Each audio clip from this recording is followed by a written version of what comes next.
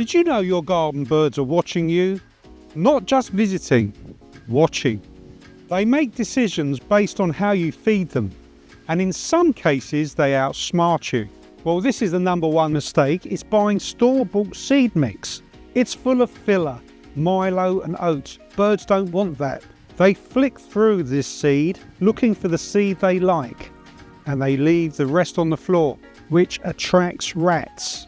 So which seed do I recommend?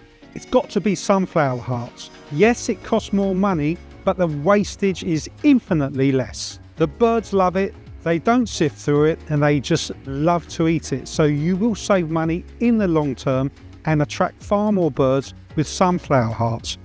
Give more feeder variety to stop any bird dominating the feeders.